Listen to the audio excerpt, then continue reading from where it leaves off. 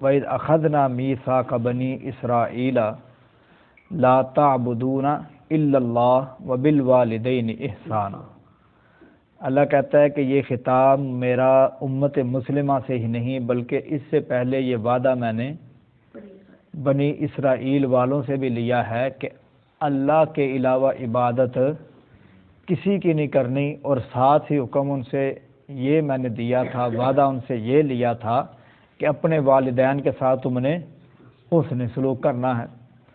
5واں پارہ سورہ نساء، اللہ فرماتا ہے وَاعْبُدُوا اللَّهَ وَلَا تُشْرِكُوا بِهِ شَيْئًا، عبادت تم نے صرف اللہ کی کرنی ہے اور اس کے ساتھ کسی کو شریک نہیں کرنا۔ وَبِالْوَالِدَيْنِ إِحْسَانًا، اپنے ذکر کے متصل بعد ذکر کس کا کر دیا؟ والدین کا۔ سورہ انعام 8واں پارہ، اللہ کہتا ہے قُلْ تَعَالُوا أَتْلُ مَا حَرَّمَ رَبُّكُمْ عَلَيْكُمْ أَلَّا تُشْرِكُوا بِهِ شَيْئًا، کہ میرا پیغمبر صلی اللہ تعالی علیہ وسلم اپنی امت سے کہہ دیجئے کہ اللہ نے تمہارے اوپر شرک کو حرام کر دیا ہے۔ متصل بعد اپنا حق بیان کرنے کے کہا وَبِالْوَالِدَيْنِ إِحْسَانًا، اپنے والدین کے ساتھ تم نے احسان کرنا ہے۔ چوتھا مقام سورہ بنی اسرائیل 15واں پارہ، اللہ کہتا ہے وَقَضَىٰ رَبُّكَ أَلَّا تَعْبُدُوا، اللہ نے یہ فیصلہ کر لیا ہے کہ تو نے اس کے علاوہ عبادت کسی کی نہیں کرنی۔ متصل بات کہہ دیا کہ وَبِالْوَالِدَيْنِ إِحْسَانًا، والدین کے ساتھ حسن سلوک کرنا ہے۔ سورہ لقمان 21واں پارہ، اللہ کہتا ہے ہم نے انسان کو وصیت کی ہے کہ تم نے اللہ کے علاوہ عبادت کسی کی نہیں کرنی۔ ان الشرک لظلم عظیم، شرک بڑا ظلم ہے۔ ساتھ ہی کہہ دیا ووصینا الانسان بوالدیہ، ہم نے انسان کو وصیت کی ہے کہ اپنے والدین کے ساتھ اچھے طریقے سے پیش آنا ہے۔ کتنے مقامات ہو گئے؟ 5۔ پارہ نمبر 1 سورہ بقرہ، پارہ نمبر 5 سورہ نساء، پارہ نمبر 8 سورہ انعام، پارہ نمبر 15 سورہ بنی اسرائیل، پارہ نمبر 21 اور سورہ لقمان۔ یہی میں سمجھتا ہوں ایک سنجیدہ بندے کے لیے کافی ہو جانا چاہیے کہ اللہ نے اپنے حق کے بعد جس کا حق بیان کیا ہے، یہ کوئی معمولی بات نہیں ہے، یہ کوئی چھوٹی بات نہیں ہے، اس میں بڑی حکمتیں، اس میں بڑا انسان کے لیے سبق موجود ہے۔ اس سے بہتر، اس سے زیادہ اندازہ اور آپ کیا کر سکتے ہیں کہ جو آخری مقام میں نے آپ کے سامنے بیان کیا، اس کا شان نزول یہ ہے، حضرت سعد بن ابی وقاص رضی اللہ تعالیٰ عنہ، بڑا نام ہے صحابہ میں، انہوں نے جب اسلام قبول کیا نا، والدہ ناراض ہو گئی۔ والدہ نے کہا کہ میں قسم اٹھاتی ہوں میں اس وقت تک کھانا پینا شروع نہیں کروں گی جب تک کہ تو اپنے پہلے دین میں واپس نہیں آ جاتا۔ یاد رکھیں جس کو قرآن کی، حدیث کی، نبی کی محبت کی سمجھ آ جاتی ہے نا، اس کے جسم کے ٹکڑے ٹکڑے کیوں نہ کر دیے جائیں وہ پیچھے نہیں ہٹتا۔ لیکن والدین کی جو محبت ہوتی ہے نا، خصوصاً والدہ کی جو محبت ہوتی ہے، یہ بندے کو بڑا مجبور کر دیتی ہے، یہ بندے کو بڑا جھنجھوڑتی ہے۔ تو حضرت سعد بن ابی وقاص رضی اللہ تعالیٰ فرماتے ہیں میں بڑا پریشان، خیر میں بھی ڈٹا رہا، والدہ بھی ڈٹی رہی۔ ایک دن اور رات گزر گیا، دوسرا دن اور رات بھی گزر گیا، تیسرا دن اور رات بھی گزر گیا، میں پریشان کہ میری والدہ تو بھوک سے مر جائے گی، ساری زندگی یہ الزام میرے سر لگ جائے گا کہ میرے عمل کی وجہ سے والدہ کی جان چلی گئی۔ اللہ نے قرآن بنا کر نازل کر دیا، سورہ لقمان کا جو میں نے آپ کے سامنے آخری حوالہ رکھا تھا نا، وَوَصَّيْنَا الْإِنسَانَ بِوَالِدَيْهِ، کہ والدین کے ساتھ تم نے حسن سلوک کرنا ہے۔ ہاں وَإِن جَاهَدَاكَ عَلَىٰ أَن تُشْرِكَ بِي مَا لَيْسَ لَكَ بِهِ عِلْمٌ فَلَا تُطِعْهُمَا، اگر وہ تمہیں شرک کا حکم دیتے ہیں تو پھر تم نے ان کی اطاعت نہیں کرنی۔ یعنی اللہ نے یہ کہہ کر بات فیصلہ کن کر دی کہ والدین اگر دینی معاملات میں تمہیں اللہ کے خلاف آنے کا کہیں تو تم نے نہیں ماننا، اس کے علاوہ تم نے ان کی ہر بات کا احترام سے جواب دینا ہے، احترام سے پیش آنا ہے، انہیں بڑی تسلی سے قائل کرنا ہے ان کے سامنے. قرآن پاک میں آتا نا اف ولا تنہرہما، کہ تم نے ان کے سامنے اف بھی نہیں کرنی. اف کا معنی کیا ہے؟ پنجابی میں متھے وٹ بھی نہیں پانا. ولا تنہرہما، انہیں کوئی بات اگر نامناسب لگ گئی، ان سے کوئی غلط جملہ نکل گیا یا غلط مشورہ دے دیا یا غلط حکم دے دیا یا تیری کوئی خواہش پوری نہیں کی، اس کا مطلب یہ نہیں کہ جذبات میں آ کے مشتڈا بن جائے، نہ، بلکہ وقل لہما قولا کریما، بڑے اچھے طریقے سے انہیں قائل کرنا ہے، بڑے اچھے طریقے سے ان سے مذاکرات کر کے بات کو اچھے موڑ پہ لا کے ختم کرنا. واخفض لہما جناح الذل من الرحمہ، اور ان کے لیے محبت کے بازو بچھا دینے، اور ان کے لیے دعائیں کرنی ہیں رب ارحمہما کما ربیانی صغیرا. اے اللہ جیسے میں بچہ تھا انہوں نے میری ضرورتیں پوری کی ہیں، اے اللہ تو بھی ان کی ضرورتیں پوری کر. انہوں نے میرے سے پیار کیا گیا، اے پروردگار تو بھی ان سے پیار کر. اللہ اکبر. پیارے پیغمبر امام الانبیاء صلی اللہ تعالی علیہ وسلم نے فرمایا کہ جو بندہ نظر رحمت سے، کون سی نظر سے؟ پیار سے، محبت سے اپنے والدین کی طرف دیکھتا ہے، اللہ تعالیٰ اسے مقبول حج کا ثواب عطا فرماتے ہیں. صحابہ تھے نا، نیکی میں سبقت کرتے تھے، تو فرمایا اللہ کے نبی اگر کوئی ایک دفعہ سے زیادہ دیکھتا ہے، فرمایا جتنی دفعہ بھی دیکھو گے اللہ اتنی دفعہ اجر عطا فرما دے گا، کیونکہ اللہ کے خزانوں میں کون سا کمی ہے. اب یہاں رک کر سوچیں، حج کرنا ہے اس کے لیے 5-10 لاکھ روپیہ تو ہونا چاہیے، پھر اپنی بیوی بچوں سے دور ہونا، پھر اپنے وطن سے دور جانا. لیکن یہاں صرف والدین کی زیارت کی وجہ سے اللہ تعالیٰ اجر و عطا فرما رہے ہیں. اور یاد رکھنا یہ اعزازی اجر ہے. یہ کیا ہے؟ اعزازی اجر ہے. ایک موقع پر حضرت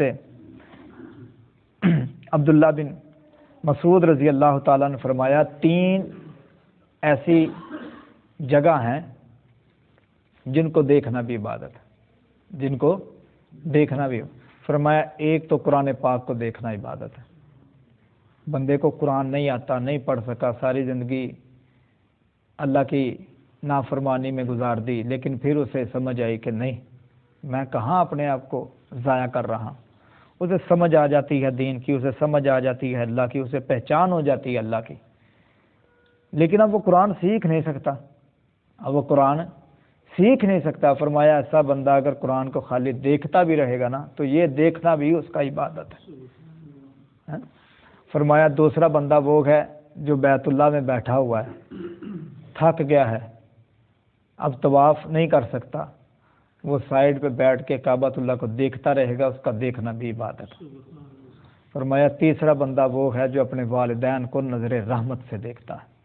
تو اس لیے جن جن کے والدین زندہ ہیں وہ اپنے والدین کی خوب قدر، خوب ان کی محبت میں گرفت کر کے اللہ کی یہ جو بیان کردہ نبی علیہ الصلوۃ والسلام کی بیان کردہ احادیث ہیں ان کا مستحق بنے.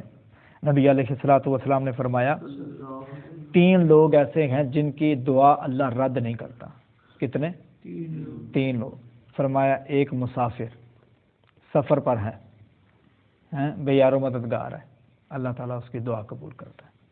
فرمایا دوسرا بندہ وہ ہے جو مظلوم ہوتا ہے، یعنی اس پر ظلم کیا جا رہا ہے تو وہ اپنے اللہ سے ہم کلام ہوتا ہے تو اللہ تعالیٰ اس کی دعا قبول کرتا ہے.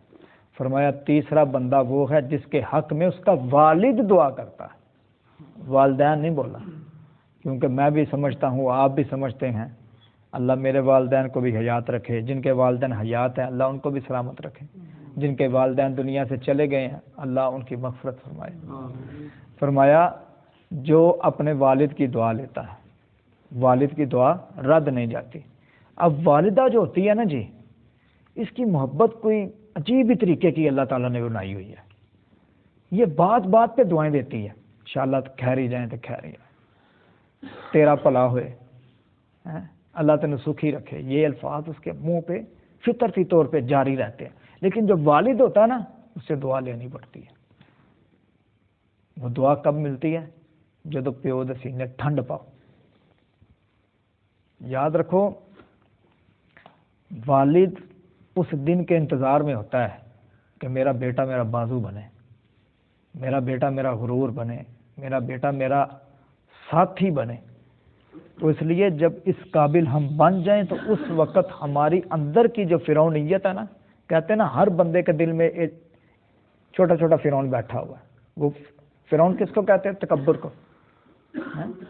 جب بندے کو شہرت ملنے لگتی ہے نا پھر وہ بھوکا ہو جاتا ہے. تو ایسے وقت میں کبھی بھی اپنے والد سے منہ نہیں پھیرنا. اللہ اکبر. بات مختصر کرتے ہیں. نبی علیہ الصلوۃ والسلام نے فرمایا جن کے والدین دنیا سے چلے جاتے ہیں نا، جن کے والدین، سب بولو نا، جن کے والدین دنیا سے چلے جاتے ہیں، اس اولاد پر 5 حق ہیں اپنے والدین. کتنے حق ہیں؟ فرمایا پہلا حق یہ ہے کہ ان کے لیے دعائے مغفرت کرتا رہے. ان کے لیے دعائے مغفرت کرتا رہے. کیا مطلب؟ یا اللہ جو گناہ ان سے ہوئے تھے، جو غلطیاں ان سے ہوئی تھیں، یا اللہ یہ انسان تھے، تو معاف فرما دے، تو غفور الرحیم ہے. دوسری دعا ان کے لیے دعائے رحمت کرے. کیا مطلب؟ بلندی درجات، یا اللہ ان کی منزلیں آسان کر دے. فرمایا تیسرا یہ ہے کہ انہوں نے دنیا میں جو عہد کر رکھے تھے نا، جو وعدے کر رکھے تھے، وہ وعدے پورے کرے. کیا مطلب؟ ان پہ قرض تھا، ان کا قرض اتارے. انہوں نے کوئی منت مانگی ہوئی تھی، وہ منت پوری کرے. انہوں نے کسی کو زبان دی ہوئی تھی جس پر ان کا وقار اور عزت کا دار و مدار تھا، وہ کام پورا کر دے. فرمایا چوتھا کام کہ والدین کے جو دوست ہیں ان کا اکرام کرے. مطلب والد کا جو بڑا قریبی دوست تھا اس کو اچھے دنوں میں دعوت پہ بلا لے. والدہ کی جو سہیلی تھی اس کو اچھے دنوں میں دعوت پہ بلا لے. اچھے دن کیا کہیں؟ شادی، خوشی، اس طرح کے جو دن ہیں. فرمایا پانچواں کام یہ ہے کہ جن لوگوں کے ساتھ والدین صلہ رحمی کیا کرتے تھے نا، بڑی محبت کیا کرتے تھے، یہ بھی اپنے والدین کی وجہ سے ان سے محبت کریں. تو اس لیے مجھے اور آپ کو چاہیے کہ جن جن کے والدین زندہ ہیں ہم ان کی خدمت کر کے اپنے لیے جنت کا ذریعہ ان کو بنا لیں. اگر ان کی خدمت کر کے جنت کا ذریعہ نہ بنایا، وہ حدیث ممبر بڑی معروف اور مشہور. آقا علیہ الصلوۃ والسلام ممبر پہ تشریف فرما ہونے لگے، جناب جبریل تشریف لائے. 3 بد دعائیں کی، جن میں سے ایک بد دعا یہ تھی کہ برباد ہو، تباہ ہو وہ بندہ جس کی زندگی میں اس کے دونوں والدین، دونوں ماں باپ، والدین یا ان دونوں میں سے ایک تھا اور ان کی عزت کر کے وہ جنت کا حقدار نہ بن سکا. تو اس لیے یہ کوئی لازم نہیں ہے باپ کا عقیدہ ٹھیک ہو، ماں کا عقیدہ ٹھیک ہو، عقیدہ ایک جیسا ہو پھر ہی ان کی عزت کریں. نہ، اس کا مذہب کے ساتھ کوئی تعلق نہیں ہے. وہ جو حدیث ہے نا، ماں کے قدموں کے نیچے جنت ہے اور باپ جنت کا دروازہ ہے. باپ جنت کا دروازہ ہے. کیا مطلب ہے؟ کہ باپ صحیح العقیدہ توحید والا ہوگا تو پھر ہی وہ جنت کا دروازہ بن سکے گا. ماں موحدہ ہوگی پھر ہی اس کے قدموں کے نیچے نہیں. تشبیہ ہے، ماں ہندو ہے، باپ سکھ ہے، یہودی ہے، عیسائی ہے، جس مذہب کے ساتھ بھی تعلق ہے وہ ہمارے لیے جنت کا دروازہ ہے اور اس کے قدموں کے نیچے جنت ہے. کیا مطلب ہے؟ ان کی خدمت کرو، ان کے حقوق ادا کرو، ان کے دکھ سکھ میں ان کے ساتھ رکھو، ان کا کہنا مانو. اللہ تعالیٰ اس کی برکت سے تمہیں جنت کے دروازے سے گزرنے کی توفیق عطا فرما دے گی. یہ مطلب ہے. یہ مطلب ہرگز نہیں کہ یہ والدین کا عقیدہ ٹھیک ہوگا پھر ان کی خدمت کریں گے تو جنت. نہ حضرت، یہ جو میں نے آپ کے سامنے سعد بن ابی وقاص رضی اللہ تعالیٰ عنہ والی حدیث پیش کی ہے، والدہ کیا کہیں؟ مشرکہ ہیں، والدہ کافرہ ہیں، لیکن پھر بھی حکم کیا ہے کہ ان کے ساتھ اچھا سلوک کرنا ہے. لیکن اس چھت کے نیچے ہم سب کے والدین الحمدللہ مسلمان ہیں. تو اس لیے بڑھ چڑھ کر والدین کی خدمت کیجیے، ان کو اپنے لیے جنت میں جانے کا ذریعہ بنائیے.